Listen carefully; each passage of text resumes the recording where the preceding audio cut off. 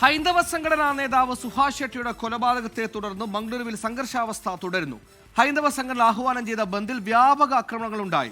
ദക്ഷിണ കന്നഡ ഉടുപ്പി മേഖലയിലായി 3 പേർക്ക് വെട്ടേറ്റു.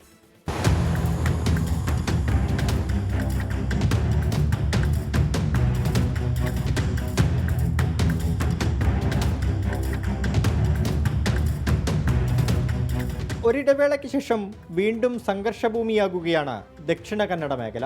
ബജ്രംഗദൾ മുൻ നേതാവ് സുഹാസ് ഷെട്ടിയുടെ കൊലപാതകത്തിൽ പ്രതിഷേധിച്ച് ഹൈന്ദവ സംഘടനകൾ ആഹ്വാനം ചെയ്ത ബന്ദ് പൂർണ്ണം.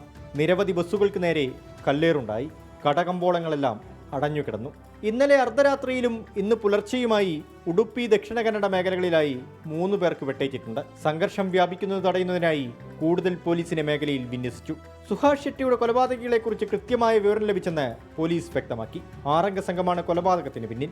കേസന്വേഷണത്തിനായി പ്രത്യേക സംഘത്തെ നിയോഗിച്ചു. In Mangalore city, a murder has happened, and we have already taken note of it. In fact, we have set up 4 different teams to catch these culprits.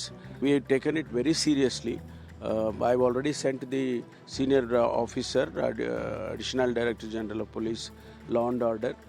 He has already gone there, and additional forces also have been sent so that the peace and harmony is maintained.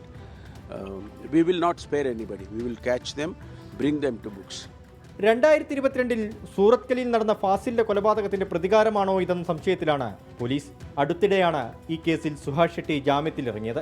Yuva Morcha നേതാവ് പ്രവീൺ നട്ടാരുവിന്റെ കൊലപാതകത്തിന് തിരിച്ചടിയായാണ് ഫാസിലും കൊല്ലപ്പെടുന്നത്. കർണാടക പോലീസിന്റെ ഗുണ്ടാ ലിസ്റ്റിൽപ്പെട്ട സുഹാസ് ഷെട്ടിക്കെതിരെ നിരവധി criminal കേസുകളും നിലവിലുണ്ട്. ഇന്ന് വൈകിട്ടോടെ സംസ്കാര ചടങ്ങുകൾ നടക്കും. 24 മംഗളൂരു.